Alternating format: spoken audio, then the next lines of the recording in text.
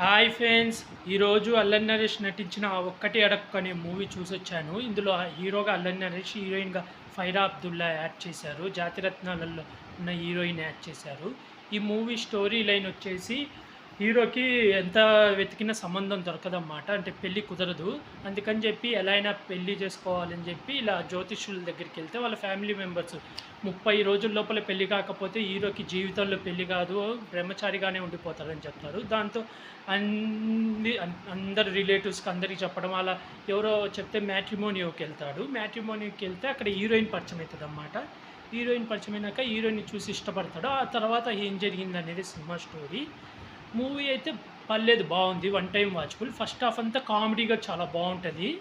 Second half అంతా కొంచెం serious వేలో నడుస్తుంది అన్నమాట. అంటే కామెడీ తగ్గి సీరియస్ వేలో, అంటే ఇప్పుడు మ్యాట్రిమోనీ వల్ల జరిగే మోసాలు కానీ, అందులో కొంతమంది ఎలా మోసం చేస్తుండ్రు, కొంతమంది అబ్బాయిలు ఫేక్ ఐడీలు క్రియేట్ చేసుకోవడం, అలా మోసాలు చేయడం, అవన్నీ చూపించాడు అన్నమాట.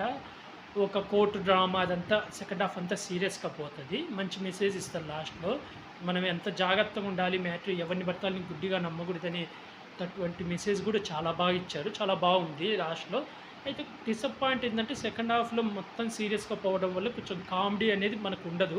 ఫస్ట్ హాఫ్ అయితే ఫుల్ ఎంటర్టైన్మెంట్, పాత అల్లరి నరేష్ని అయితే చూస్తాము. సెకండ్ హాఫ్ అంతా సీరియస్గా పోతుంది. యాక్టింగ్ పర్పస్గా అందరూ బాగా యాక్ట్ చేశారు. పర్లేదు, వన్ టైం వాచబుల్, చూడొచ్చు.